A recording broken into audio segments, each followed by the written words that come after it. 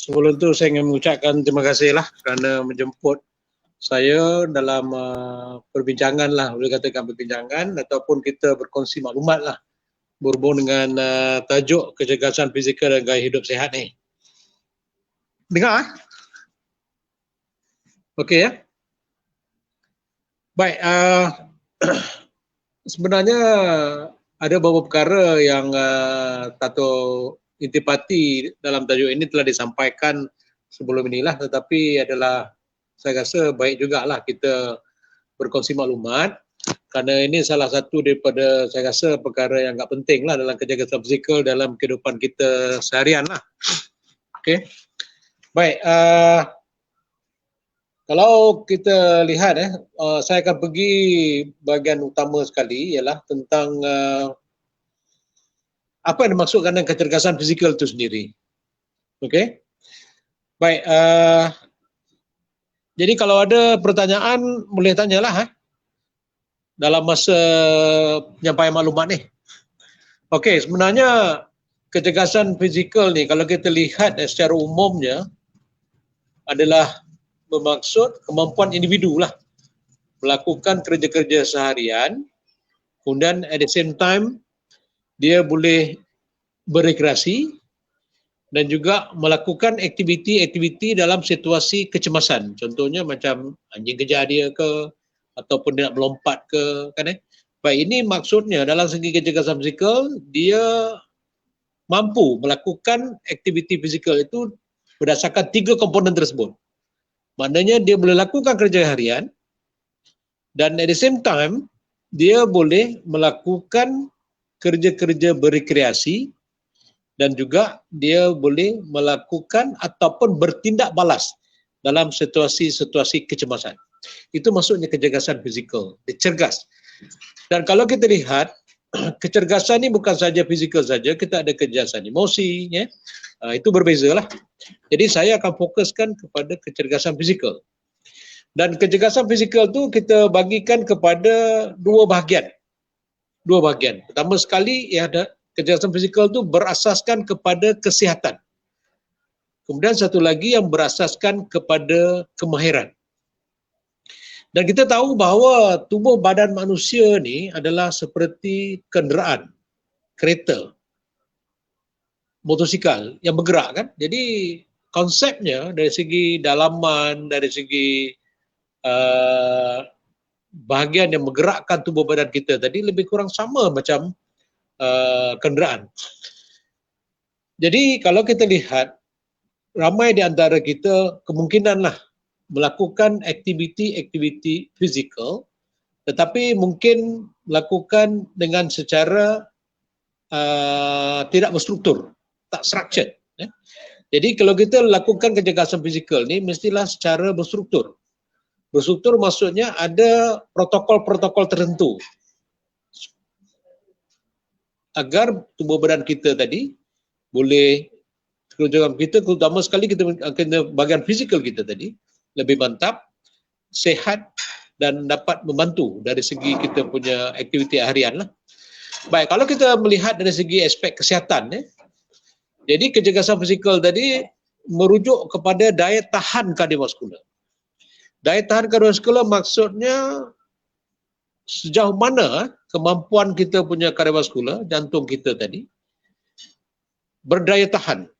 Jadi, daya tahan kardiovaskular ini kita boleh bina. Maksudnya kita boleh lakukan aktiviti fizikal menyebabkan daya tahan kita ni, daya tahan kardiovaskular tadi kita lebih mantap. Jadi maksudnya, kita melakukan aktiviti fizikal, kita berlari, jogging, berbasikal, ataupun kita berenang, naik bukit dan sebagainya, ini membantu daya tahan kardiovaskular kita. Daya tahan maknanya kardiovaskular tadi boleh bertahan pada satu jangka yang agak panjang. Itu yang dia maksudkan kecergasan fizikal berasaskan kepada aspek kesihatan. Kemudian berasaskan kesihatan juga, kecergasan fizikal seorang yang tadi ialah merujuk kepada daya tahan ototnya. Daya tahan ototnya ialah kemampuan otot seseorang tadi menerima bebanan dalam jangka waktu yang panjang. Misalnya kalau macam dia berjalan jauh, jalan kaki jauh, berlari jauh dan sebagainya itu daya tahan otot tu. Daya tahan otot tu kita boleh bina. Kita boleh bina menyebabkan otot kita tadi berdaya tahan. Dia boleh menerima bebanan dalam beberapa kali. Jadi daya tahan ini kita boleh bina. Kalau kita tidak melakukan sesuatu, maka otot kita tadi tidak berdaya tahan. Maksudnya bila kita jalan, kita berbasikal, kita berenang dan aktiviti fizikal lain, kita cepat mendapat lesu. Fatigue ya. Dan kemudian Prof, tolong celah Prof. Ni ada viewer kata tak nampak muka tu, cuba halakan kamera dekat muka bagi orang nampak. Macam tu better. Okey Prof. Boleh sambung. Baik. Kemudian dari segi flexibility. Flexibility ini ialah kadar kelenturan lah kita punya otot kita. Ada orang dia tak boleh melenturkan badan kerana dia tidak membiasakan. Jadi kalau kita lihat macam pergerakan dalam sembahyang tadi adalah salah satu daripada aktiviti flexibility yang sembahyang sebelah sembahyang subuh dan sebagainya kan itu adalah asas kepada pergerakan regangan dan aspek flexibility-nya. Okey. Dan ini juga kalau macam kita boleh melenturkan badan, boleh membongkokkan badan ataupun boleh kita memegang kedua belah kaki kita sambil kita membongkok atau kita boleh melentikkan badan kita ke belakang, melenturkan ke kanan dan ke kiri dan sebagainya tu. Jadi ini adalah aspek flexibility dari aspek kesihatan. Kalau kita tak mampu buat macam tu, maknanya kita tidak cergas dari segi fizikal, khususnya dari aspek flexibility. Kemudian komposisi badan. Komposisi badan ni kita rujuk kepada body mass index. Kalau kita lihat body mass index ni, saya rasa ramai yang tahu macam mana kita nak kira kita punya body mass index. Dan kita tahu bahawa body mass index ini ada dia punya perkiraan tertentu yang menentukan sama ada seseorang tadi mempunyai kadar fats yang banyak ataupun kurang dan sebagainya. Jadi dia ada dia punya norm-norm tertentu nanti kita akan lihat dari masa ke masa. Dan juga komposisi badan ni merujuk kepada kalau kita lihat manusia ni dibagikan kepada 3 komposisi badan Kalau kita lihat dari segi secara fizikalnya, kita lihat ada orang tu dia badan dia memang gemuk betul. Jadi ini berdasarkan keturunan dan sebagainya. Jadi orang ini dikategorikan sebagai dalam golongan endomorph. Endomorph ni dia makan banyak ke makan sikit ke, frame dia tu dah memang besar. Jadi dia memang dia endomorph. Kemudian manusia yang golongan sederhana tubuh badannya tu, itu kita panggil dalam golongan mesomorph. Mesomorph ni sederhana. Tapi dia orang mesomorph ni dia aktif dalam satu-satu bidang sukan contohnya orang main bola sepak, hoki dan sebagainya tu. Jadi walaupun dia tubuh badan dia sederhana tetapi pergerakannya tu mungkin lebih pantas dan sesuai untuk banyak aktiviti-aktiviti sukan lah.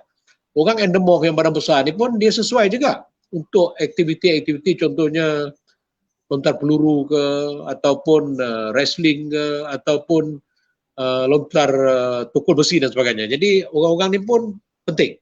Dan kemudian lagi satu ada kumpulan ectomorph. Ectomorph ni dia memang lanky, dia kurus, tinggi dan sebagainya tu. Memang frame dia macam tu. Kalau kita tengok orang-orang yang aktif dalam lompat tinggi contohnya lompat tinggi, pelari jarak jauh, berenang dan sebagainya tu. Jadi orang-orang macam ni dia memang tinggi. Jadi itulah komposisi badan berdasarkan kepada kategori-kategori bentuk badan manusia.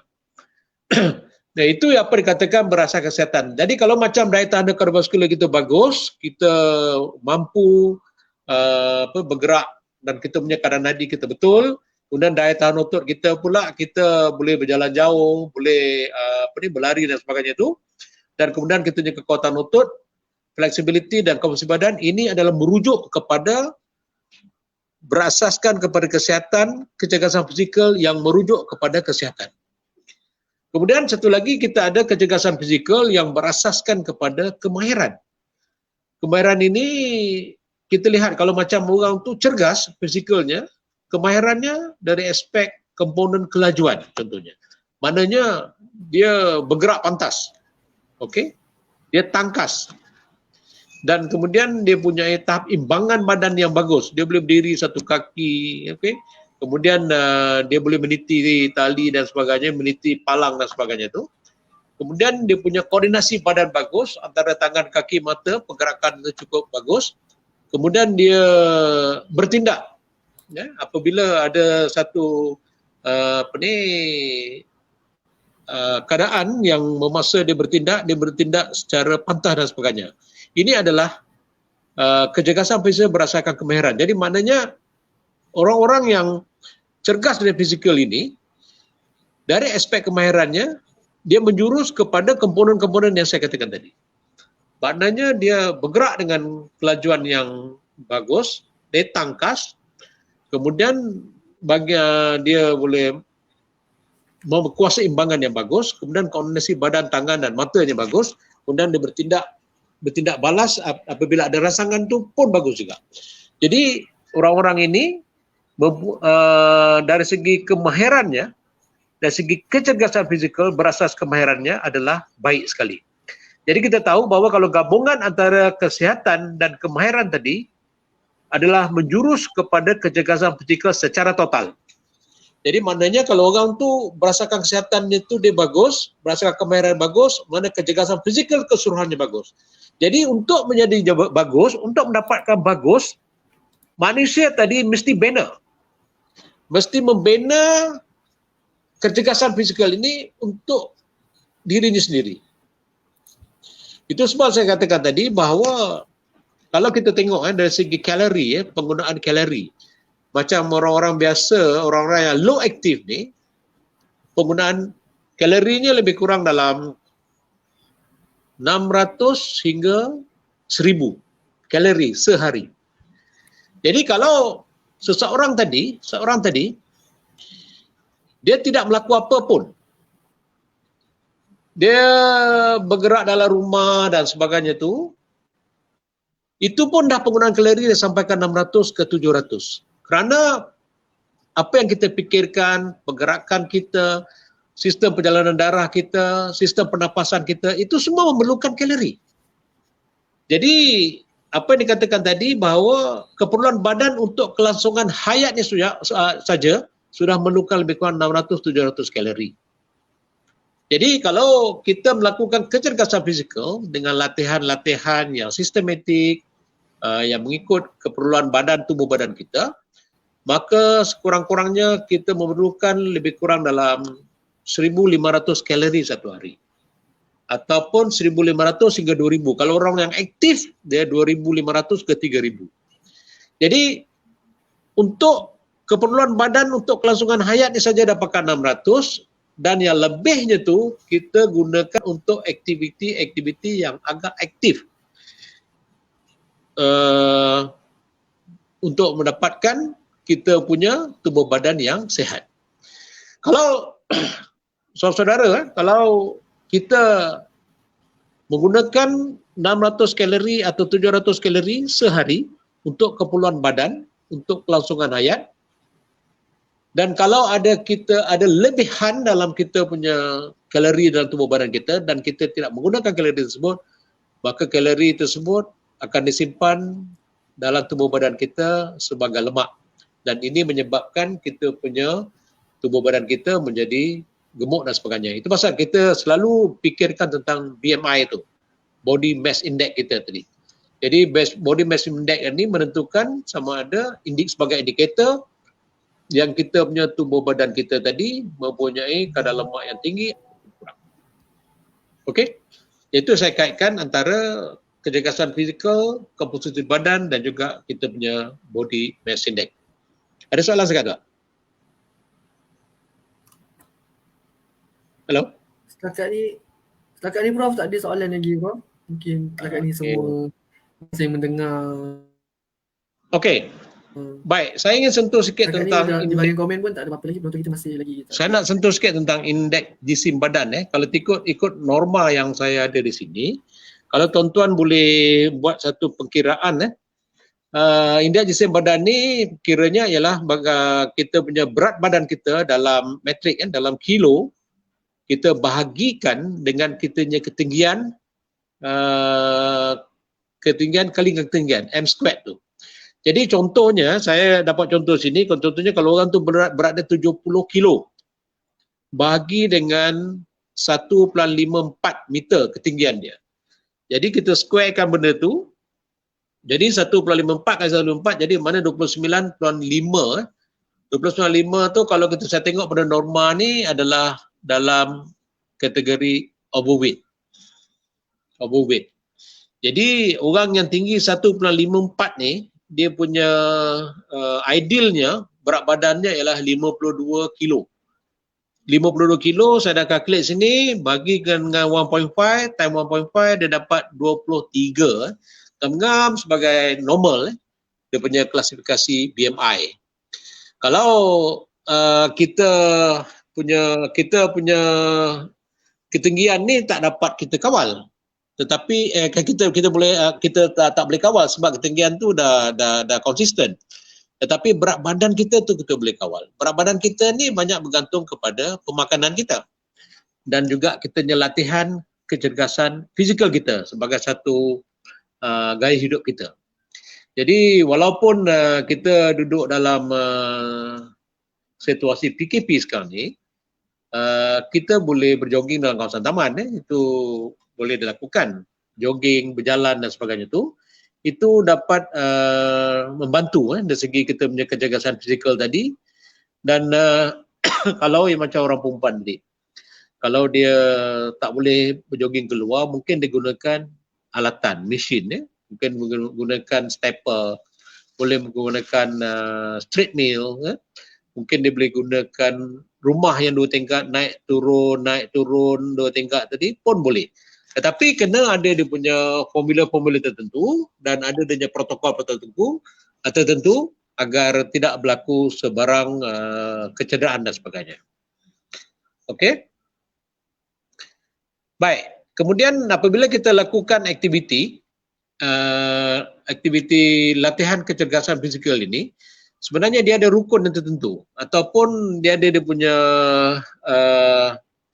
apa dikatakan tadi, prinsip-prinsip latihan tertentu. Mana mengapa kita akur kepada peraturan tersebut? Ini kajian-kajian yang telah dilakukan oleh sport scientist terlebih dahulu.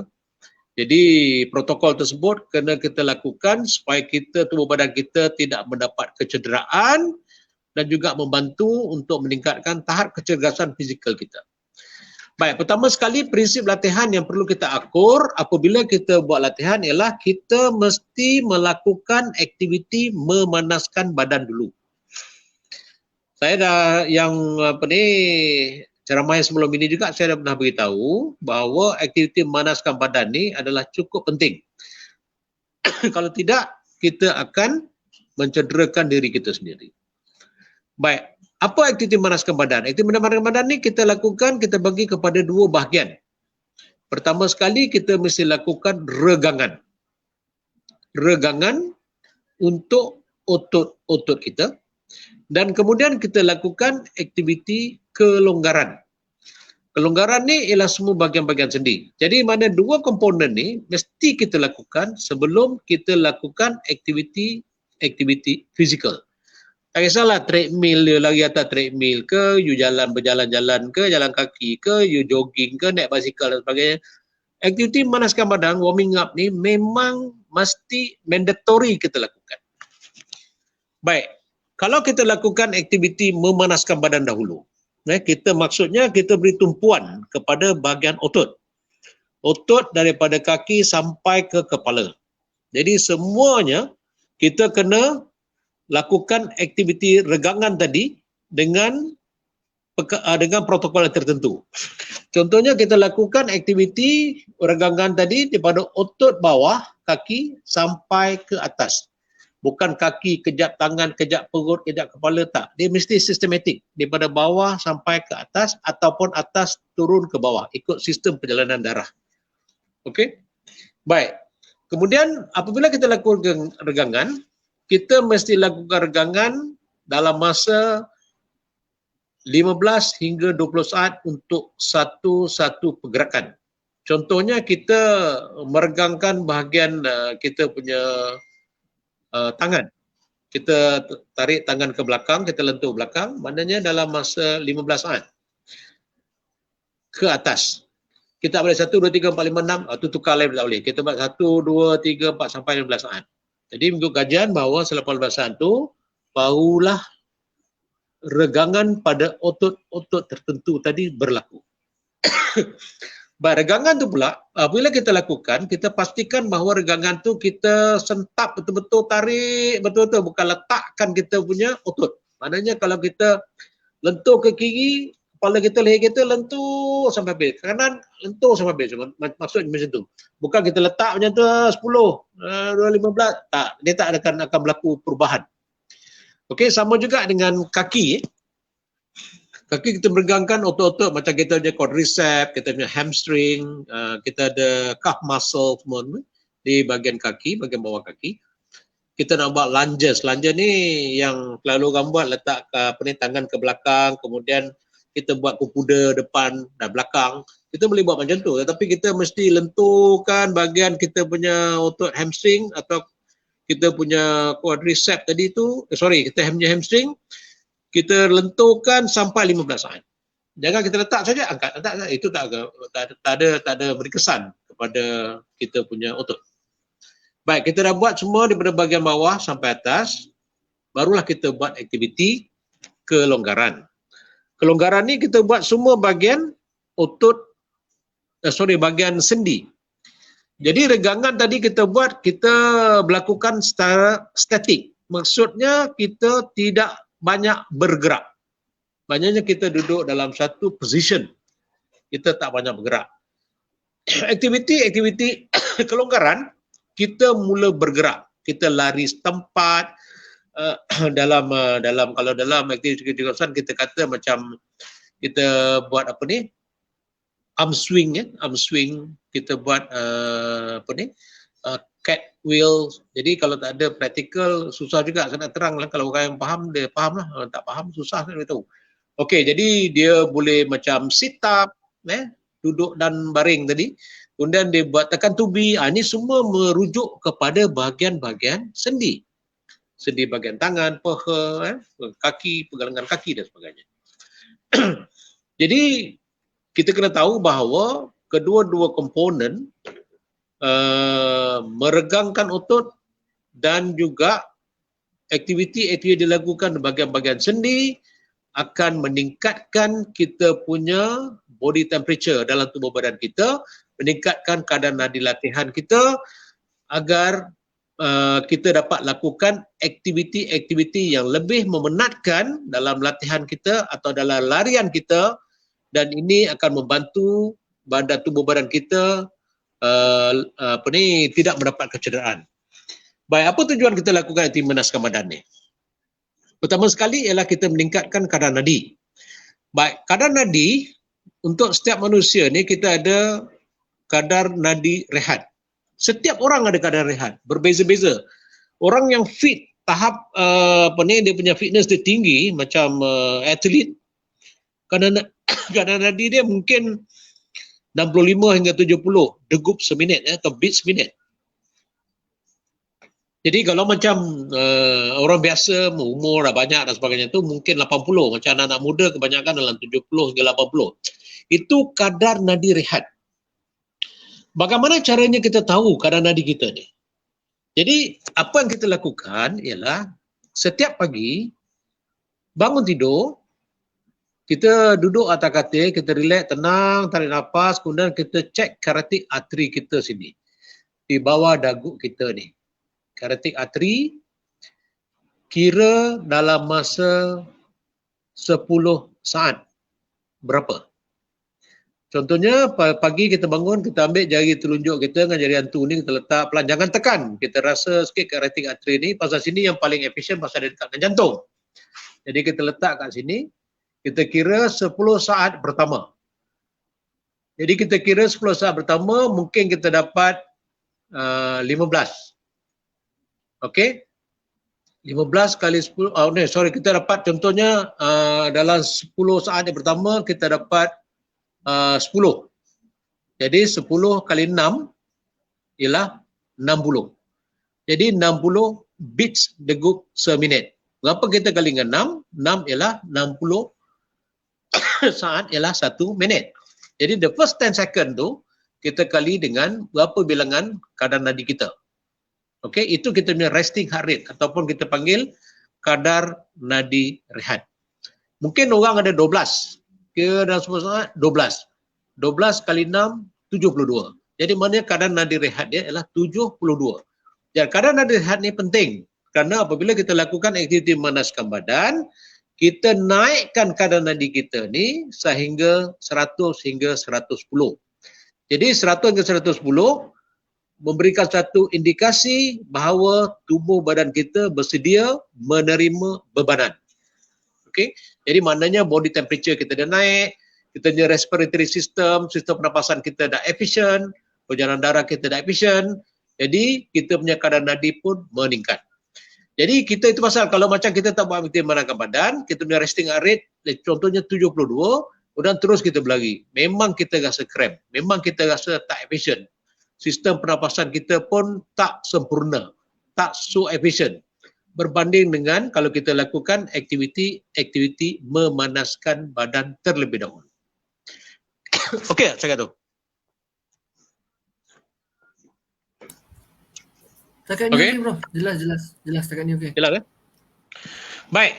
Kemudian kita ada juga satu lagi kita panggil training heart rate. Baik, training heart rate ni bergantung kepada kita punya kadar nadi maksima dalam latihan. Jadi kita tengok kadang-kadang orang-orang yang tua atau orang yang lanjut usia, dia memang kemampuan fizikalnya berbeza dengan orang muda. Contohnya kita berbasikal lah. Kita ikut peloton, kita ikut orang yang kadang yang dia punya orang muda. Maknanya kadar nadi latihan maksimanya tu tinggi. Kita yang dah berumur rendah. Jadi kita ikut tinggi akan memudaratkan. Kemungkinan kita boleh pengsan, boleh pintam, kemungkinan boleh meninggal juga. Okey, banyak orang naik basikal, dia ikut orang-orang yang muda dengan memberi tekanan kepada kardiovaskular sistem dia, jadi mendapat kemudaratan. Contohnya macam ni. Baik, kita ada tadi saya kata kadar nadi rehat. Sekarang ni kita nak cari kita apakah kadar nadi maksima kita dalam latihan fizikal tersebut. Jadi formulanya ialah kadar nadi maksima ialah 220, okey, tolak dengan kita punya umur. Contohnya kita punya umur 20 tahun lah, orang muda. Jadi 220 tolak 20, 200. Jadi 200 ni ada kadar nadi maksima seseorang yang berumur 20 tahun. Jadi kita tak boleh buat latihan, kita push maksima sampai 100%, mana 200 beat per minit, tak boleh. Akan burst kita punya jantung dan sebagainya. Jadi untuk orang yang fit, badan fit, kita buat 80% ataupun 70%. Tapi kalau beginners, kalau macam orang yang baru melibatkan diri dalam bidang sukan dan sebagainya itu, jadi dia buat 60% saja. Kalau 60% tadi berapa? 60%. 60% daripada 200 berapa? Kalau 220 tolak umur 20 tahun bermakna kadar maksima dia ialah 200. Dan dia kalau buat 70% saja, berapa tu? 140. 70% berapa? Berapa? Cuba calculate. Kalau 200, 140 lah, 70%. 70 apa? Kalau dia punya kadar nadi maksimanya 200, kalau dia buat 70% daripada latihan. Jadi berapa? 140. 140 bro. 140. Jadi itu 70%, 120. Maksudnya macam ni. Maksudnya bila dia berbasikal atau berlari, kalau dia ada smartwatch tu, dia tengok dia punya jam tu. Kalau dia punya degupan dia tu sampai 150, itu dia punya tahap 70%. Okey? Jadi kita kena kawal. Kalau macam orang berumur, contohnya 60 tahun, 220, tolak 60. Jadi dia punya kadar nadi maksima dia ialah 160 saja. 160 kalau 60% berapa? 60%. 6 kali 160 dan kena 90. Lebih kurang 100 saja. Dari 100, 110 saja. Jadi dia tidak boleh push, tak boleh paksa dia punya kemampuan kardiovaskular dia. Unless kalau macam seorang tadi, dia punya tahap pencegasan fizikal dia tinggi. Kalau dia umur 20 tahun, kalau dia buat kadar nadi maksimanya 200 degup seminit, beat seminit, dia boleh lari sampai 170, 180, tak ada masalah. Itu cover baru 80% daripada kadar maksima. Jadi kalau macam orang berumur, orang tua, dia tak boleh ikut budak-budak yang 180 tu. Orang muda 180, tak boleh. Jadi akan memudaratkan, akan menyebabkan dia punya jantung tu akan tidak bagus lah. Kemungkinan dia merosakkan ataupun dia punya kardiovaskular itu tidak efisien dan menyebabkan boleh memudaratkan kita. Macam-macam berlaku kita tengok orang naik basikal kan. Jadi kita kena pastikan bahawa kadar nadi maksima seseorang tadi berdasarkan kepada umur seseorang itu. Jadi kalau kita umur 30, kita ambil formula dia 220, tolak 30. Macam tu. Itu kadar maksima. Kalau 20 macam saya kata tadi, kita ambil 220, tolak 20, tinggal 200. So 70%, 80% daripada 200 beat per minit tadi. Mungkin 160 atau 170 atau 150 kita kira. Itu kena ikut formula tu. Mengapa 220? Mengapa kita punya formula maksimum 220? Orang biasa, macam kita ni semua, tak ada orang sampai 220. 220 ni, sport scientist dapati daripada degupan jantung janin dalam perut ibu. Jadi janin dia punya degupan jantung dia 220 maksima. Jadi kita ambil kadar nadi maksima manusia 220 tolak dengan umur seseorang tadi. Itu pasal saya katakan tadi bahawa kekuatan fizikal, kecergasan fizikal berdasarkan kepada kadar nadi berbeza antara satu orang dengan orang lain. Baik, kita dah ada tadi kadar nadi rehat, kadar nadi maksima. Kemudian ada satu lagi ialah kadar nadi pemulihan atau dipanggil recovery heart rate. Apa yang dimaksudkan recovery heart rate? Recovery heart rate ni ialah kadar nadi pemulihan. Contohnya selepas kita lakukan aktiviti yang memenatkan, contohnya kadar nadi kita tu dah 160. Kita berhenti. Kemudian kita cek kadar nadi kita dalam masa berapa minit. Dia akan turun balik kepada kadar nadi rehat. Jadi, kemampuan seseorang tadi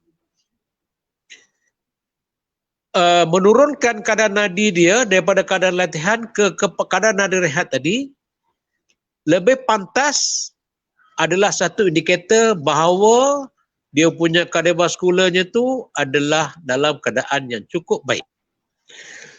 Kalau kadar nadi pemulihan tadi turun lambat selepas 6 minit, 7 minit, 8 minit, 10 minit baru dah dia mencungap-cungap, barulah dia turun kepada kadar rehat dalam 10 minit, bermakna seseorang tadi kardiovaskularnya atau sistem respiratorinya tidak begitu baik. Jadi ini semua perlu dibina. Maksudnya kita kena usaha lakukan aktiviti-aktiviti agar kita punya sistem kardiovaskular, sistem pernafasan kita tu lebih efisien. Jadi recovery heart rate ni, kadar nadi pemulihan ni adalah indikator juga tahap kecergasan fizikal seseorang individu. Okey, jadi saya dah terangkan 3 kan, keadaan nadi rehat, diambil selepas kita bangun tidur, 10 saat yang pertama kali dengan 6.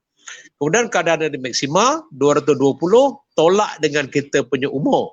Kita dapat maksimanya. Tetapi kita buat untuk orang-orang yang beginners, ialah 60% daripada kadar nadi maksima. Maksudnya aktiviti-aktiviti yang kita lakukan tadi mestilah berada dalam lingkungan 60% sahaja. Jadi kita boleh tingkatkan. Itu maksud dalam prinsip latihan dia ada dikatakan prinsip tambah beban.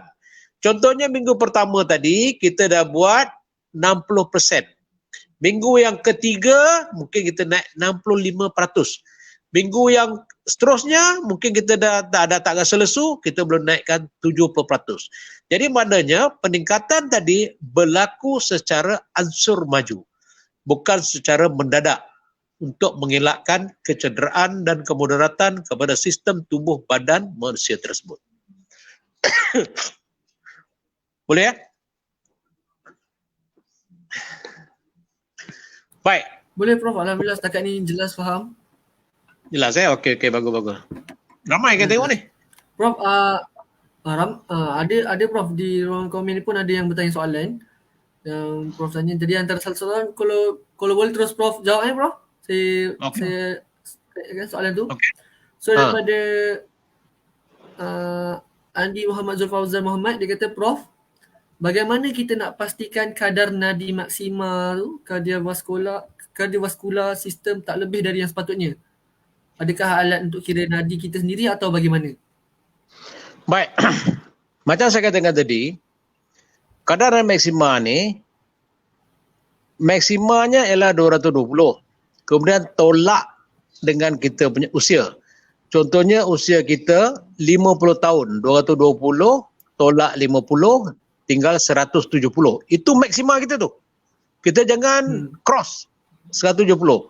Jadi kalau kita buat dalam 60%, mungkin kita dalam kita punya latihan ataupun perkiraan kita 60% dalam 130 ke 135 beats per minit.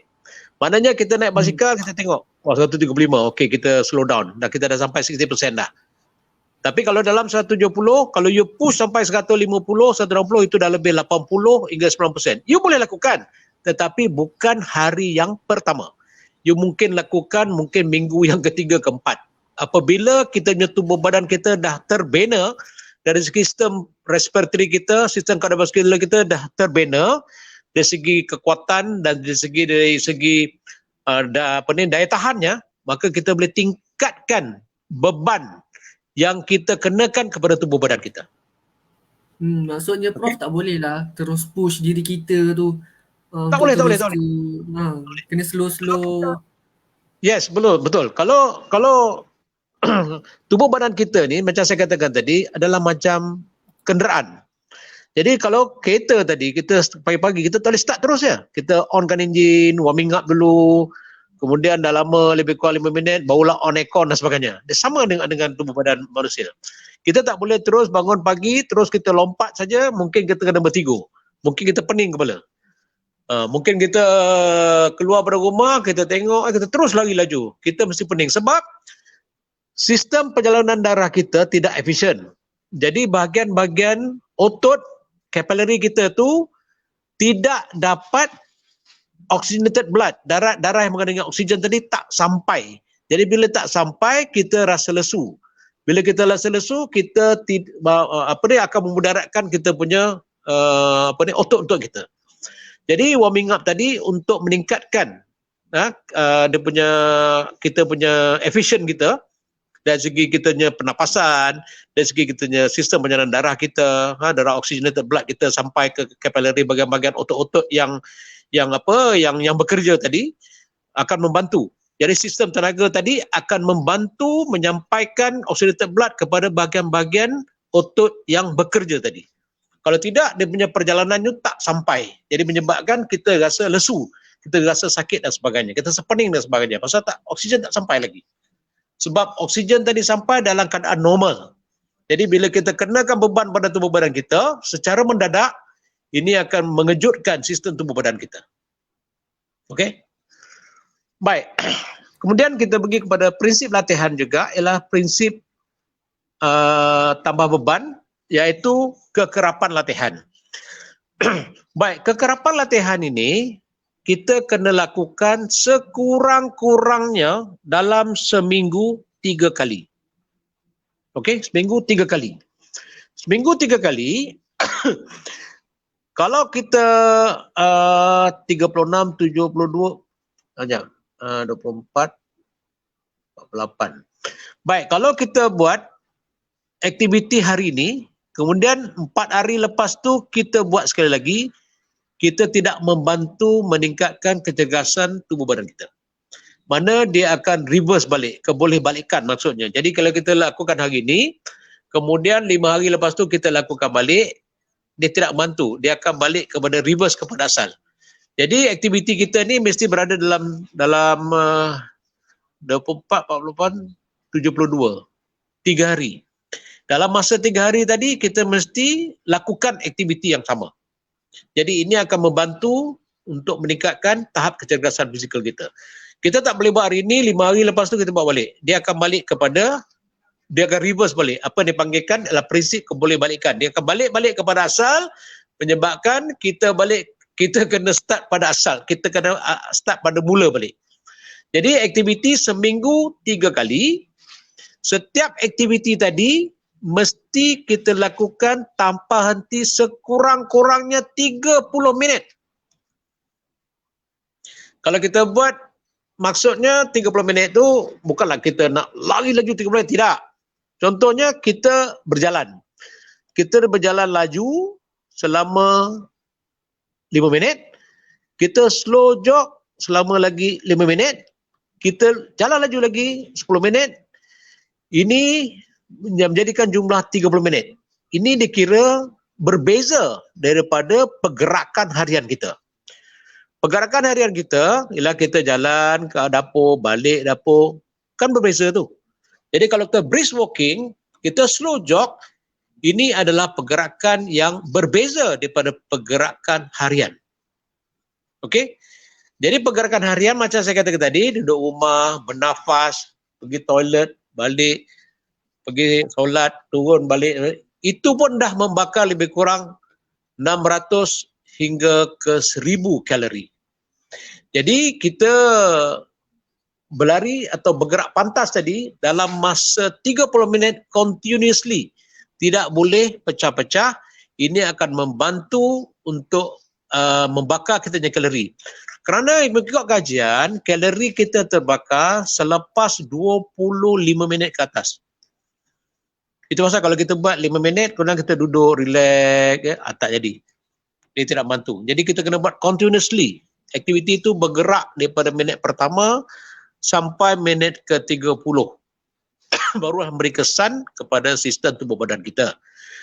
Jadi pergerakan tadi, apabila kita lakukan aktiviti yang berbeza dengan pergerakan harian. Walaupun kita berjalan, tetapi kita tak berjalan laju macam kita duduk di rumah, betul? Jadi itu adalah maksudnya pergerakan yang berbeza daripada pergerakan harian kita di rumah. Okey?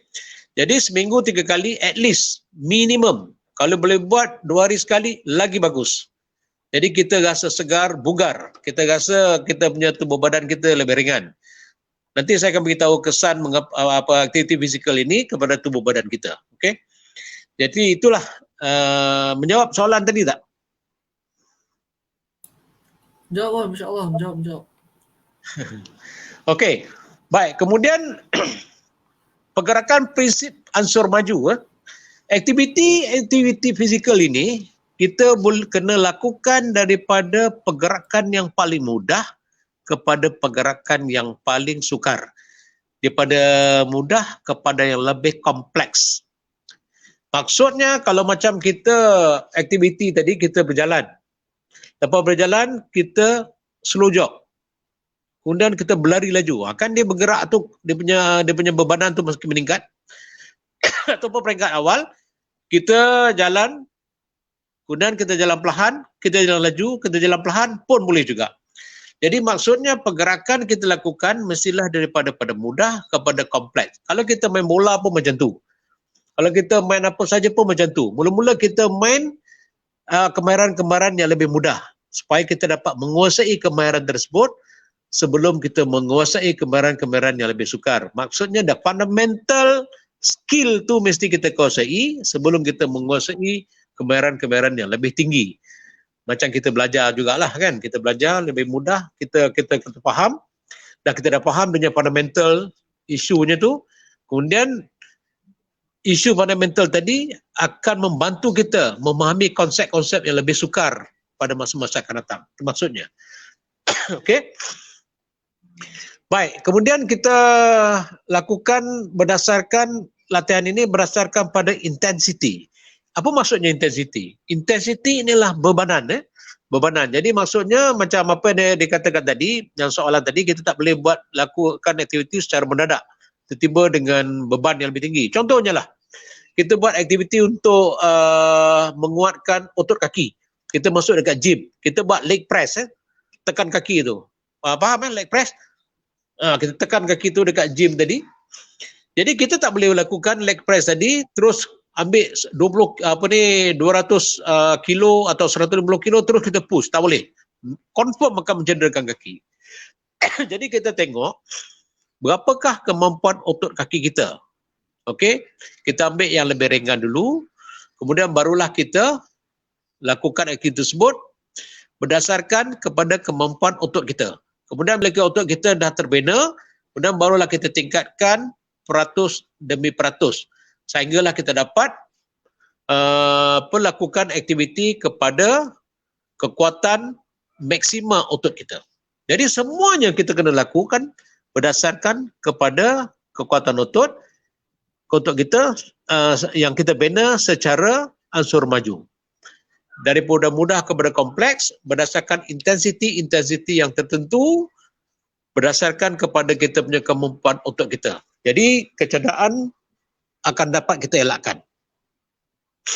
Okey?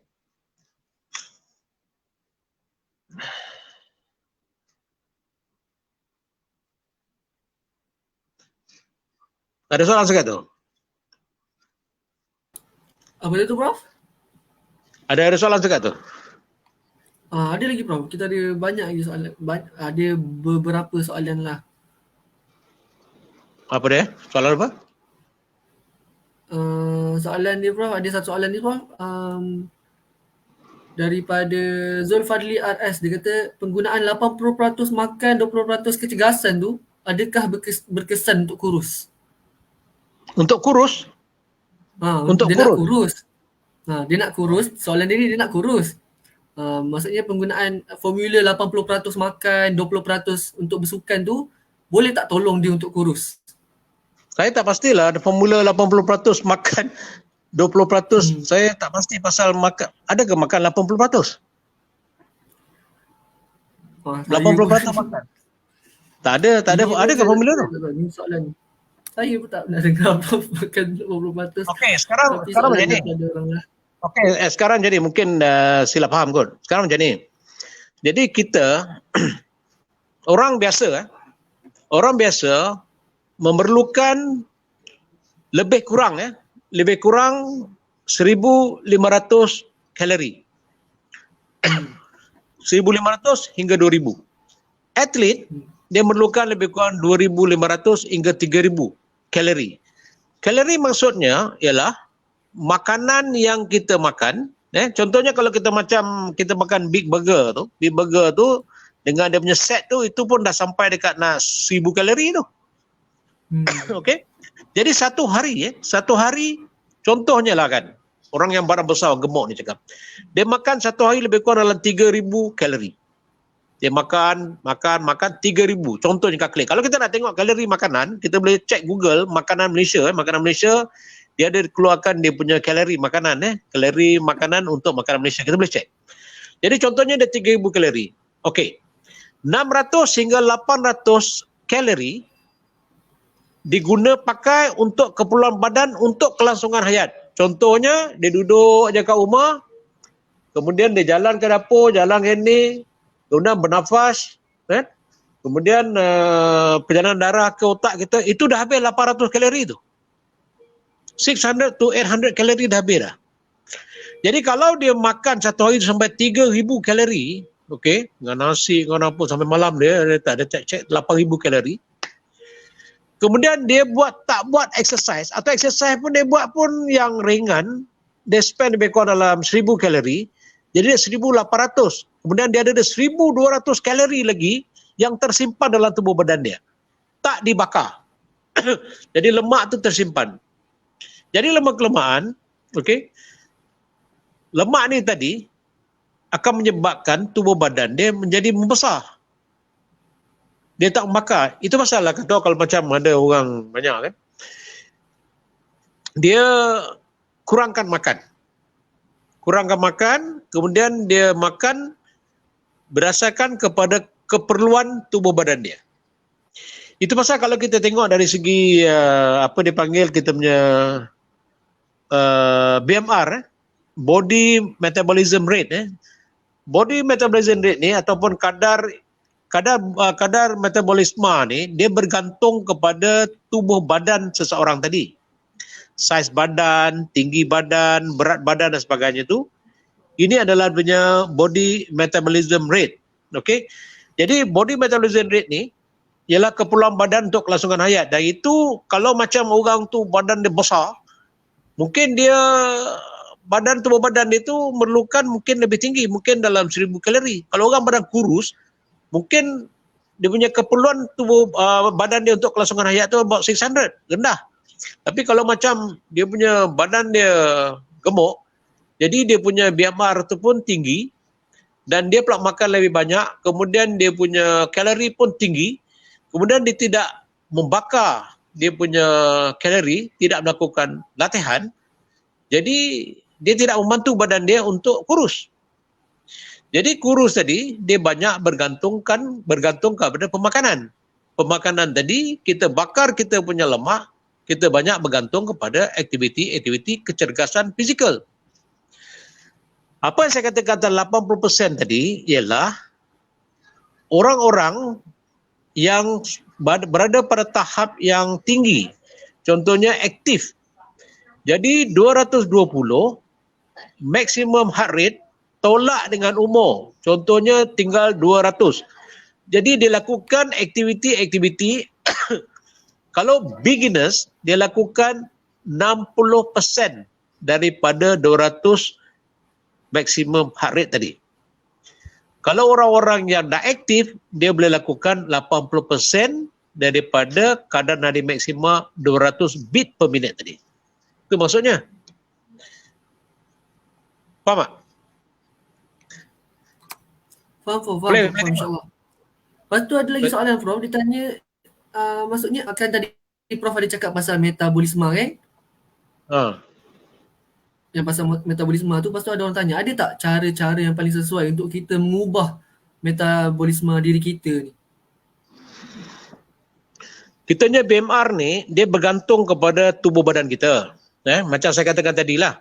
Kita punya kalau tubuh badan kita tu kurus, kecil, kita BMR kita rendah.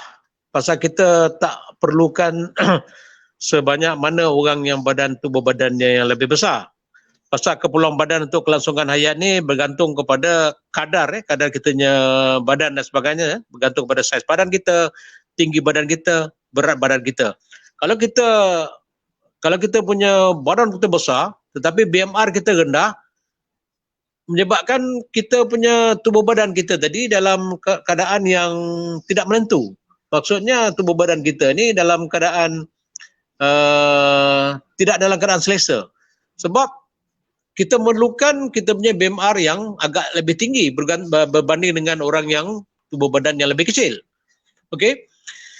Jadi apa yang saya katakan tadi ialah bagaimana kita nak membakar, bagaimana kita nak membuang bahan-bahan lemak yang berlebihan yang kita ambil tadi, disimpan di dalam kita punya tubuh badan kita.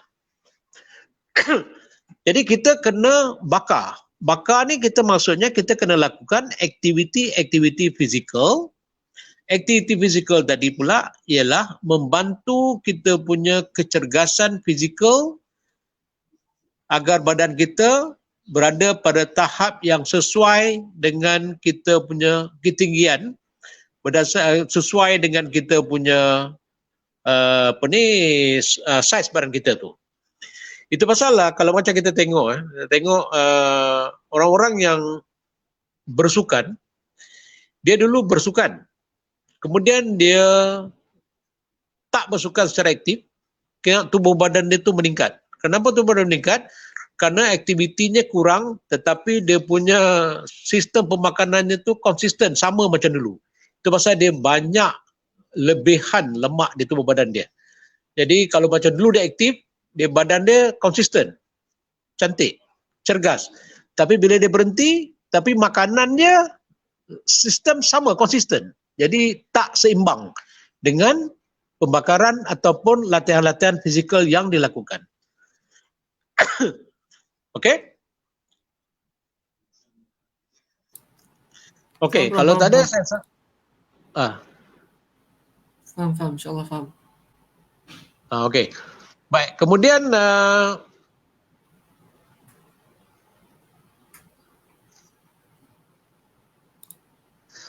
baik, untuk mencapai tujuan kita punya latihan kecergasan fizikal ni, pertama sekali kita mesti adakan matlamat kita. Okey. Matlamat kita, apakah kita punya target? Contohnya dalam masa sebulan kita nak turunkan berat badan kita 10 kilo contohnya, 10 kilo. So kita kena merancang aktiviti-aktiviti yang secara sistematik. Okey. Dan kita kena buat satu assessment. Contohnya selepas satu dipanggil circuit, contohnya let's say, nanti saya cakap tak faham lah. Circuit. Contohnya macam ni. Kalau kita lakukan hari ini minggu yang pertama, kita lakukan 4 kali aktiviti. Minggu yang kedua 4 kali lagi aktiviti. Jadi kita ada 8 kali. Jadi setiap 8 kali tadi, at the end, minggu yang kedua tadi, kita kena buat assessment. Maksudnya kita cek kita punya kadar nadi, kita boleh baca kadar nadi, kita boleh cek juga kita punya tekanan darah. Ya. Kita ada alat tu kan, kita boleh cek kita systolic, diastolic pressure tu, kita boleh cek ada perubahan atau tidak. Kemudian kita boleh cek kita punya berat badan kita. Okey. Mungkin dalam masa 2 minggu, kalau kita buat secara konsisten, insya-Allah kita akan dapat merendahkan kita punya kadar nadi, tekanan darah dan juga kita punya berat badan. Tinggi tak boleh berubah. Okey. Baik, kemudian latihan juga setelah kita matlamat, kita kena tahu bahawa kita kena lakukan tadi berdasarkan kemampuan diri kita sendiri. Kita jangan ikut orang. Contohnya, you lakukan aktiviti tadi dengan orang perempuan lah, your wife dan sebagainya tu. Jangan paksa dia mengikut kekuatan kita sebagai seorang lelaki. Cannot. Jadi apabila mereka lakukan aktiviti berdasarkan kepada kemampuan dia sendiri. Kalau dia jalan dalam jarak, contohnya dalam 20 meter, kemudian dia jalan 20 meter, kemudian dia lari 10 meter, itu tak apa, berdasarkan kemampuan dia pada masa tersebut. Kita tidak boleh push, paksa, kerana kekuatan seseorang tadi berbeza dengan orang lain. Okey? Jadi kena tahu tu. Jadi kita tak mau berlaku kecederaan, kemudaratan kepada tubuh badan seseorang tadi. Baik, kemudian kita harusnya mengelakkan sebarang kecederaan. Contohnya, apabila kita lakukan satu aktiviti kecergasan fizikal, pastikan bahawa kita menggunakan pakaian-pakaian yang sesuai. Contohnya kalau kasut, kita cek kasut yang selalunya kasut yang lebih mahal lagi bagus. Ya, adanya sponge dan sebagainya. Ya, supaya tidak mencederakan tubuh badan kita. Jadi kasut berjoging. Okey.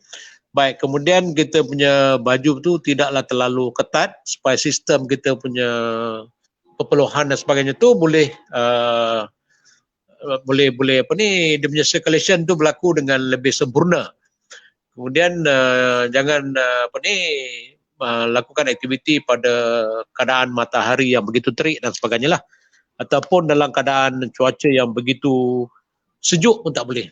Jadi kita kena tahu sendiri bila dan masa yang sesuai untuk kita lakukan aktiviti-aktiviti tersebut. Contohnya kita tengok budak-budak sekarang ni ramai dia main bola kan, masa sebelum PKP lu main bola sampai pagi. Okey, futsal. Itu tak sesuai tu. Memang tak sesuai. Pasal sistem badan kita masa tu ialah rehat. Jadi budak-budak tu entah ikut mana tak tahu, dia main sampai futsal masa sampai sekolah pagi.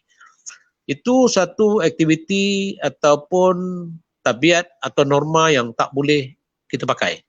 Okey, pasal sistem badan kita tu dah upside down. Sepatutnya masa tu kita tubuh badan kita rehat masa tu. Itu contoh macam tu. Okey. Baik, ini semua adalah aktiviti yang untuk mengelakkan kita punya kecederaan. Baik, kemudian kita mesti ada basic, asas dari segi pemakanan dan sebagainya. Jadi sebelum kita lakukan aktiviti, pastikan kita masukkan ataupun kita makan makanan-makanan yang sesuai. Contohnya kalau kita makan benda-benda yang protein, contohnya ayam, daging, ini ialah makanan yang agak lambat dari segi dia punya digestionnya. Jadi dia mengambil masa lebih kurang 4 jam. Barulah kita boleh lakukan aktiviti-aktiviti tersebut. Kita panggil solid food tu. Jadi protein, kita ambil daging, ayam, ni benda-benda yang keras ni. Jadi dia proses digestionnya tu dia take about 4 hours. Jadi 4 hours tu barulah kita boleh lakukan aktiviti. Berbeza dengan kalau kita makan contohnya roti dan sebagainya tu, dia mengambil masa yang lebih cepat. 1,5 jam hingga 2 jam. Jadi bangun pagi tu kalau kita makan roti, lebih sesuai, minum air dan sebagainya tu lebih sesuai, dan kita lakukan aktiviti. Jangan kita ambil benda-benda yang solid food dan sebagainya. Baik, kemudian kita tahu bahawa plain water, air kosong ni adalah satu keperluan yang begitu yang betul diperlukan oleh tubuh badan kita. Dan kita perlu mengambil plain water at least 2 liter satu hari. Ini belum air-air lain lagi. Air plain water mesti ada 2 liter satu hari. Kemudian kalau kita kekurangan air, dehydration, kita kena replenish balik. Replenish balik, kita top up balik tubuh badan kita supaya kita tidak berlaku dehydration apabila kita lakukan aktiviti yang memenatkan, macam aktiviti kecergasan fizikal lah. Jadi kita pastikan bahawa tubuh badan kita ni dibekalkan dengan air dan juga makanan yang secukupnya untuk kita lakukan aktiviti, kerana ini akan mengganggu gugat kita punya sistem anatomi kita punya tubuh badan. Okey? Baik, setakat tu okey. Okey Prof, insya-Allah Prof. Baik, kalau kita tengok dalam segi kita makanan piramid ni, okey, yang paling dominan atau banyak yang perlu kita makan ialah bahan-bahan roti dan bijiran kan, bijirin. Kemudian yang atas sekali ialah lemak, minyak dan sebagainya lah. Kemudian yang banyak kita kenakan kepada tubuh badan kita ialah bijiran dan juga buah-buahan dan sayur. Baik, ini adalah salah satu daripada dalam piramid makanan yang sesuai untuk kita lakukan aktiviti-aktiviti yang memberatkan lah. Baik. Kemudian saya akan sentuh sikit dengan senaman-senaman yang berisiko. Macam kita lakukan, saya tengok banyak kita dulu di kampung dan sebagainya tu, kadang jurulatih kita kadang-kadang yang tak ada, kurang pengetahuan ataupun terlampau pandang dan sebagainya, dia suruh budak-budak tu buat aktiviti-aktiviti yang banyak boleh menyebabkan kecederaan, dan ini sebenarnya bertentangan dengan prinsip latihan kalau belajar secara sains sukan tu. Pertama sekali putaran bahagian leher dan lutut. Ini perlu kita elakkan. Kita jangan lakukan ini kerana ini akan mencederakan kita punya bahagian leher kita. Kita bahagian leher kita punya tulang dan sebagainya tu. Kemudian kita punya rotasi lutut. Selalu orang buat rotasi lutut, tahu tak rotasi lutut tu? Dia pegang lutut dia tu, kemudian dia pusing-pusing. Itu pun tak boleh kita lakukan. Ini akan mencederakan. Baik, kemudian kita lakukan aktiviti jalan itik. Jalan itik kan kita budak-budak selalu buat, kadang sekolah bola sepak pun selalu buat. Itu sebenarnya mesti kita elakkan. Itu adalah salah satu daripada aktiviti yang menyebabkan kita punya meniscus tisu kita koyak, ligamen kita koyak, kerana kita memberi beban yang cukup berat kepada kita punya bahagian meniscus. Itu bukan menguatkan kita punya otot tu, hamstring, bukan. Itu kita memberikan tekanan kepada kita punya tisu meniscus, tisu meniscus. Baik, kemudian kita buat back hyperextension. Back hyperextension ni, ingat tak kalau orang menyarap, kemudian dia lentikkan kaki dia sampai, kalau boleh sampai nak cecah kepala. Itu tak boleh. Itu akan merosakkan adanya fiber tissue dekat bahagian belakang tulang belakang ni, menyebabkan nanti kita takut nanti lama kelamaan dia boleh juga kena slip disc dan sebagainya untuk jangka waktu yang panjang lah kalau dia kerap buat macam tu. Okey. Baik, itu antara aktiviti-aktiviti yang bahaya. Kemudian kita buat aktiviti barbell lunges. Barbell lunges ni contohnya macam kita buat lunges. Lunges ni kita, macam mana saya nak tunjuk, barbell lunges ni yang kaki kita buat kuda-kuda depan belakang tu, tapi kita letak barbell dekat tengkuk kita, kan. Kita tekan kita punya tengkuk kita ni ke bawah, ini memberi beban kepada kita punya lutut dan juga kita punya bahagian pinggang. Ini pun boleh menyebabkan kecederaan di bahagian belakang tengkuk kita atau tubuh belakang kita. Jadi,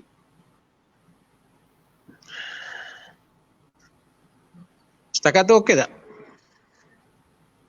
Jadi untuk mengelakkan kecederaan ni, ialah pertama sekali kita kena lakukan satu aktiviti tu dengan teknik yang betul.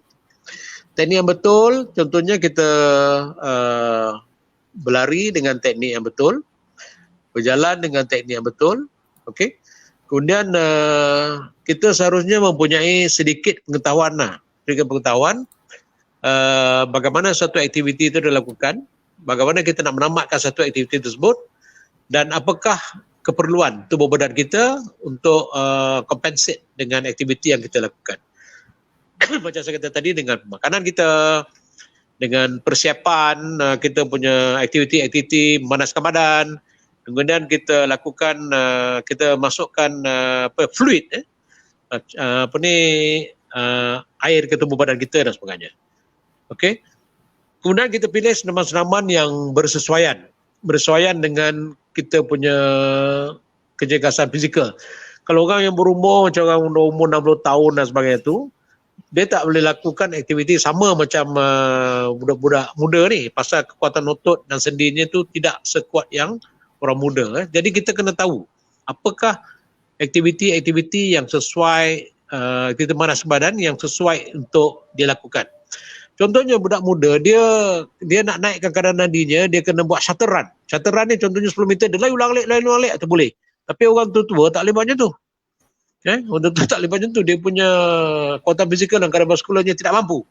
Jadi macam budak-budak muda tu lakukan.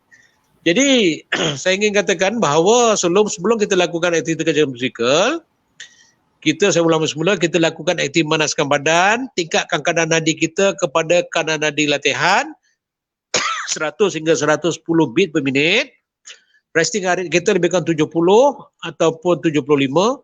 Naikkan kadar nadi kita tu 100 ke 10, barulah kita boleh lakukan aktiviti fizikal tersebut. Dan aktiviti fizikal tersebut mestilah kita lakukan berdasarkan kemampuan fizikal kita. Kemampuan fizikal kita berdasarkan indikator kita punya kadar nadi maksima. Kadar nadi maksima tolak dengan kita punya umur. Kalau umur kita 20 tahun, 220 tak 20, 200. 200 tu kadar nadi maksima. Kita buat 70%, lebih kurang 150, 160, lebih kurang tu. Lebih kurang.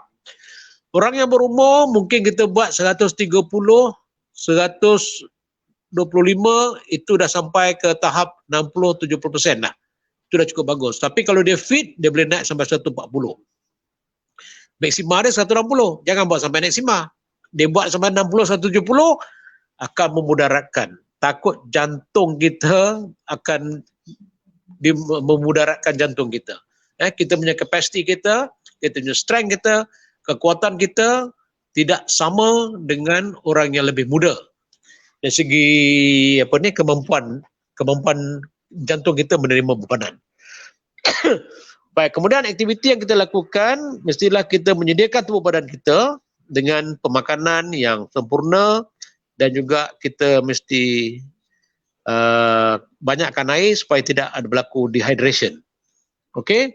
Baik, kemudian juga kita kena tahu bahawa kita punya body mass index kita, BMI kita mestilah berada pada tahap, nanti saya cek balik. Okey, body mass index kita untuk yang normal mesti berada daripada 17 hingga 23. Overweight 23.1 sampai ke 28. Obese, kegemukan ialah 28.1 hingga ke atas. Jadi kalau saya cek kat sini, kalau orang tu berat 52 kilo, tingginya 1.5, jadi dia punya BMI-nya ialah 23. Ini ngam-ngam normal. Tapi kalau dia berat dia 70 kilo, tinggi dia 1.54, dia punya BMI index dia 29.5, ini bermakna dah keadaan obes, kegemukan. Jadi BMI tadi sebagai satu indikator kita punya tubuh badan kita. Dan kalau macam kita selalu lakukan kita punya latihan, kita selalu cek kita punya BMI. Jadi turun ke naik. Jadi kita nak tahu kita punya badan kita kurus ke gemuk, kita boleh cek kita punya BMI. Terlepas 2-3 minggu atau 2 minggu sekali boleh cek. Okey, di samping kita cek kita punya berat badan, kita cek kita punya resting heart rate, okey. Kemudian kita tingkatkan, bila kita dah fit, kita tingkatkan kita punya training heart rate. Kadang dari latihan tadi, daripada 60% mungkin jadi 70%. Jadi maknanya badan kita dah mula menerima beban, dah bersedia menerima beban. Dan kita punya indikator untuk turun atau berat dan ringan tadi berdasarkan kepada kita punya BMI ataupun indeks jisim badan kita. Okey? Gitu ya. Jelas? Jelas bro, jelas. Alhamdulillah. Jadi itulah aktiviti kita lakukan sebagai kita punya gaya hidup sihat kita. Jadi kalau kita tubuh badan kita dah sihat, kita lakukan aktiviti yang bentuk keagamaan dan sebagainya tu kita tak rasa lesu. Okey, kita jalan pun cergah, kita berdiri tegak cepat dan sebagainya, taklah lesu dan sebagainya. Jadi kita mesti nampakkan fizikal kita tu lebih lebih selesa, lebih sihat. Fizikal dan mental kita tu mestilah seimbang. Spiritual kita cari cara lain, tapi fizikal dan mental kita tu seharusnya seimbang. Jadi ada lagi tak soalan? Dekat ruangan komen ni Prof, ada yang bertanya macam ni dia tanya Prof, sukan yang digalakkan zaman Nabi adalah berenang, memanah, dengan kuda semua tu kan Prof. Jadi apakah aktiviti sukan pada zaman moden yang menyamai kebaikannya? Maksudnya dia punya kebaikan tu sama dengan sukan-sukan lama, maksudnya sukan-sukan sunnah tadi. Baik. Sebab sekarang kan susah nak buat tu. Baik, antara aktiviti yang bagus, yang terbaik sekali aktiviti kecergasan fizikal ni yang melibatkan seluruh tubuh badan manusia ialah berenang. Dari segi pernafasan, kardiovaskular, kemudian badan kita, beban kata itu diapungkan oleh air. Okey, jadi kita, kaki kita, otot kita, the best sekali ialah berenang. Okey. Dan aktiviti lain, contohnya macam sekarang ni, kita berdasarkan tadi dikatakan tentang aktiviti. Tapi kita kena lihat juga apakah perbandingan antara aktiviti tadi dengan otot-otot yang terlibat. Contohnya kalau macam kita memanah ni dia lebih kepada focusing. daripada penglihatan, fokus. Kemudian dia punya kekuatan dari segi bicep tangan, bicep, tricep, pectoralis major bahagian depan ni. Otot kita ni mesti strong, kuat untuk dapatkan fokus. Ketumpuan kepada kita punya sasaran tadi. Itu. Baik. Kemudian kalau kita lihat macam orang main bola lah. Orang main bola. Zaman dulu tak ada bola, tapi sekarang ni ada bola. Bola ni dia berlari untuk orang fizikal, kekuatan fizikal, kardiovaskular dan sebagainya. Bagus. Tetapi kalau kita, contohnya kita berlari, treadmill dekat rumah, kesannya sama juga. Kesan sama juga. Otot kaki, kardiovaskular, pernafasan, kemudian dari segi kita punya daya tahan kardiovaskular kita pun terbina. Jadi kalau kita buat perbezaan, kalau kita ada treadmill ataupun kita ada bicycle kat rumah yang static bicycle tu pun kesannya sama juga kepada sistem tubuh badan kita, sistem anatomi kita, semuanya kesannya memberi kesan yang sama, seimbang. Kerana kita bukan melihat dari segi aktiviti, kita melihat apakah kesan kepada kita sistem tubuh badan kita. Latihan yang paling bagus kalau ikut kajian, latihan paling bagus ialah larian treadmill. Kerana larian treadmill ni dia tidak ada resisten. Angin tak ada, udara kuat tak ada, dia duduk dalam rumah atau apa dan kita berlari. Yang pentingnya ialah pengiraan. Bagaimana kita nak lari atas treadmill tersebut. Dia ada calculation dia, 5 km sejam ke berapa jam. Dan setiap lari tu pula kita tak boleh lari terus saja. Mungkin dalam masa 5 minit kita berhenti, 1 minit kita ambil nafas, kita ambil rehat, kemudian kita sambung lagi 5 minit. Macam tu. Dia ada dia punya formulanya. Kita tak boleh lari atas treadmill tu sampai 1 jam, 2 jam, kita collapse. Confirm kita collapse punya. Pasal sistem pernafasan kita, sistem kita punya perjalanan darah kita tak efisien masa tu, kita push, mungkin kita boleh collapse. Jadi kita lakukan, mungkin kita dalam latihan tersebut, mula kita buat, contohnya 5 minit kita lari, dengan speed contohnya kita buat 5 km, ataupun 2 km sejam contohnya, okey, minggu pertama, kita set. Kemudian kita kira, bila kita lari dalam masa 5 minit tadi, kita cek kadar nadi kita. Kadar kita limitkan 140 beats per minit. Jadi kita dah lari 5 minit tadi, kita sampai 140, ataupun dalam kita tengah lari tadi, dia dah naik sampai 150. Kecil cepat kita berhenti.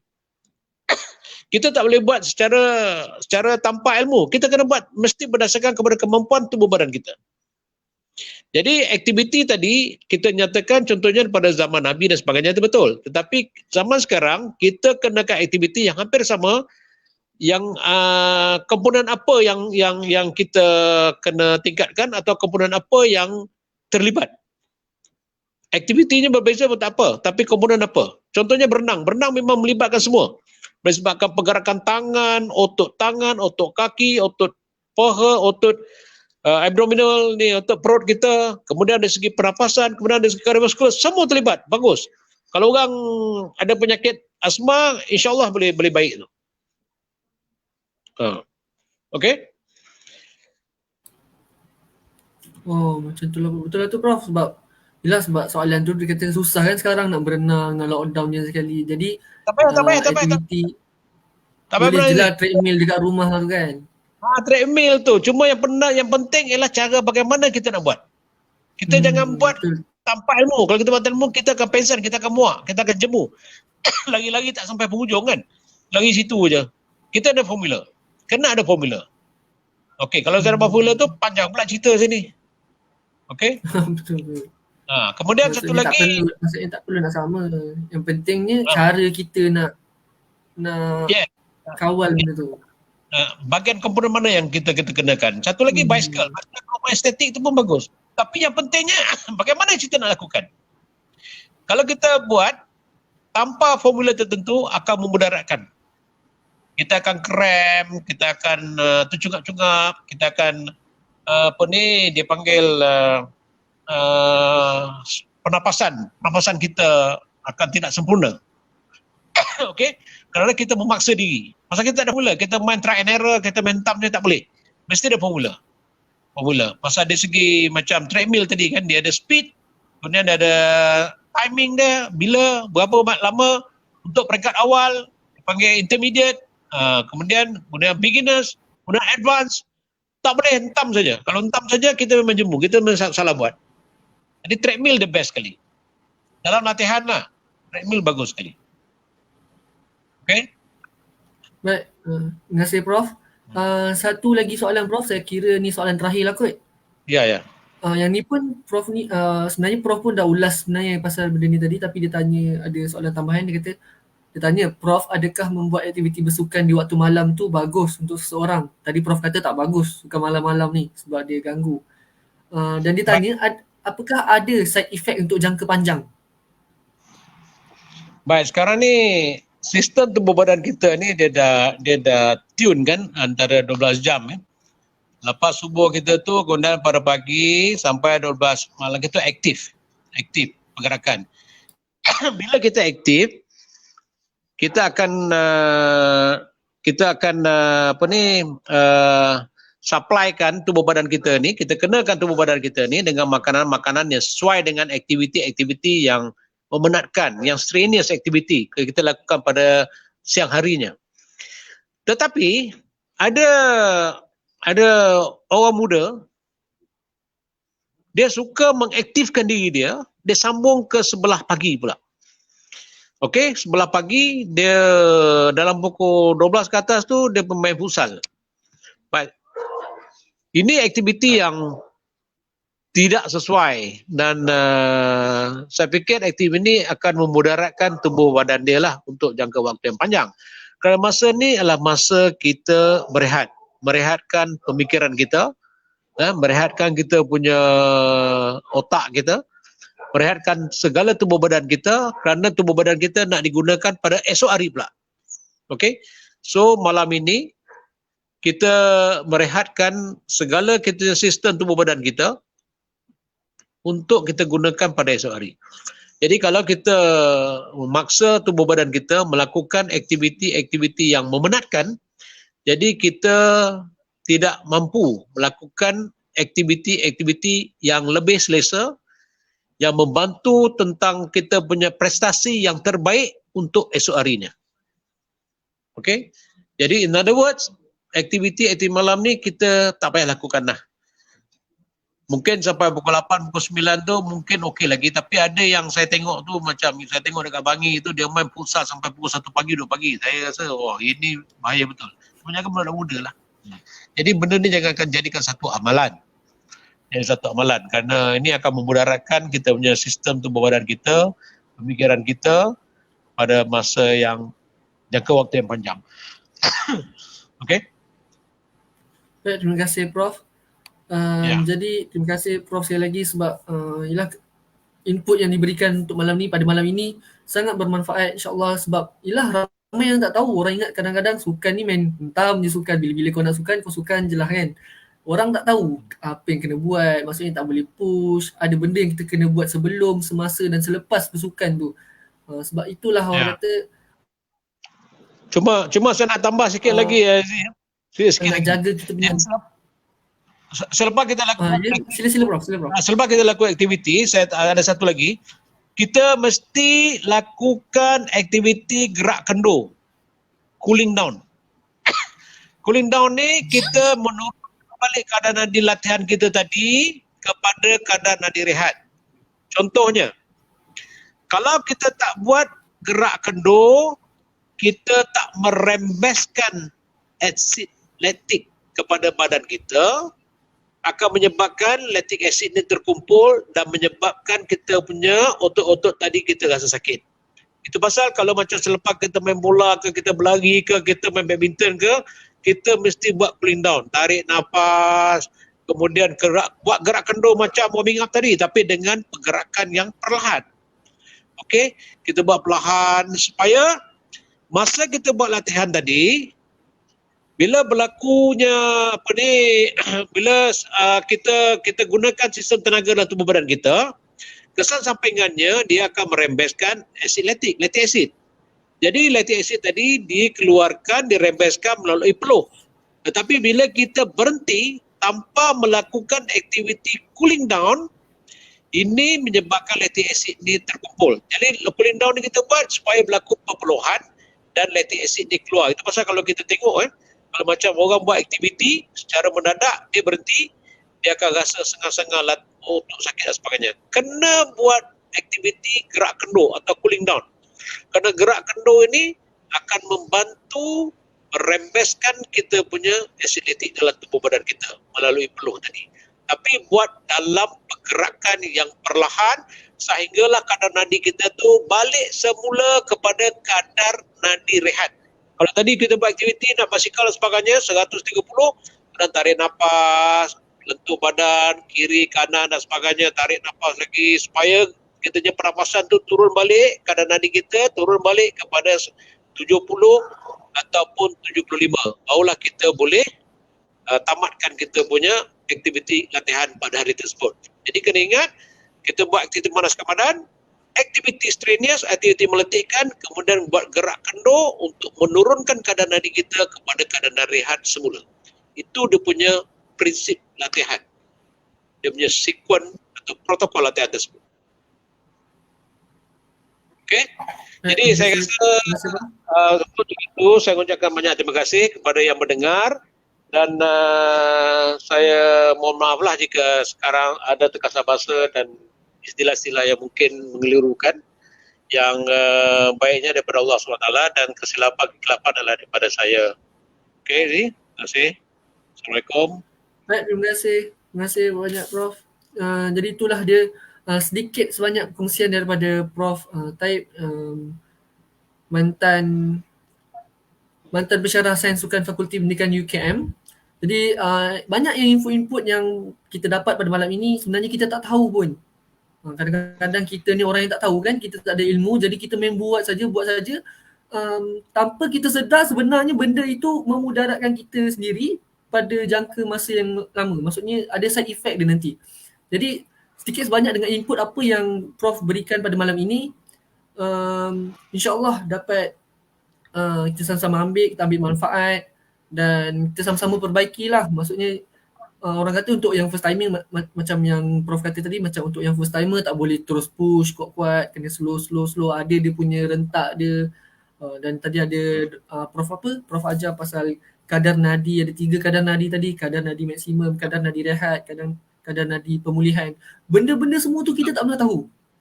Tapi mulai pada hari ini, sebab kita dah sama-sama dengar perkongsian daripada Prof tadi, kita dah kena ambil tahu. Sebab kita, ialah benda ni melibatkan kita punya tubuh badan, jadi kita tak boleh meredah lah sebab benda ni kesihatan kita. Tu yang orang kata kecergasan fizikal dan gaya hidup sihat. Kadang-kadang kita ingat kita sihat, rupanya kita tak sihat pun sebenarnya. Jadi terima kasih banyak Prof. InsyaAllah InsyaAllah pada boleh Prof, sebab ada yang komen tadi, dia kata Prof kena buat siri kedua ni sebab banyak lagi penonton kat luar sana nak formula macam tadi tu kan, macam kadar nadi semua tu. Diorang nak lagi, maksudnya ada penonton kita yang nak lagi. Kalau boleh kita buat secara praktikal lagi jelas lah, saya terangkan lebih cantik lah. Pasal ni mungkin tak nampak kan, ada blackboard pun susah nak tulis. Tapi itulah Prof, nak buat macam mana, kita punya keadaan sekarang pun dengan situasi COVID ni pun tak selesai lagi. InsyaAllah nanti kita akan sama-sama rancang lah untuk kebaikan bersama. Jadi insyaAllah pada lusa Khamis 10 Jun dan tapi bersama panel yang lain, insyaAllah sini kita ada Prof Dr. Norita binti Muhammad Norwawi, iaitu pengarah Institut Sains Islam Universiti Sains Islam Malaysia, merangkap Biro Pemerkasaan Wanita dan Keluarga MDKP. Jadi insyaAllah bersama saya lagi sebagai moderator, sama-sama kita ambil manfaat dengan tajuknya hikmah dalam musibah. Jadi kepada semua penonton yang mendengar pada malam ini, tak ada masalah, share, like, komen, sebarkan kita punya live ni kepada semua orang biar semua orang dapat manfaatnya, dan insyaAllah benda ni boleh jadi saham akhirat jugalah untuk pada panel macam hari ni Prof dan panel-panel yang lain insyaAllah.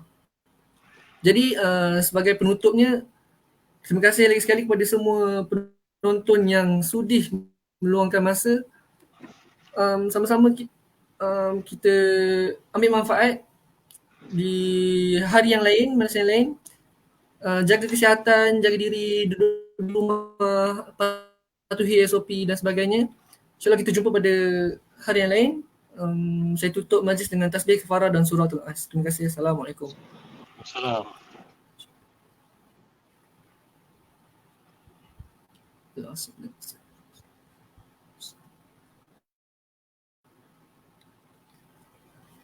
Terima kasih semua. Assalamualaikum warahmatullahi wabarakatuh.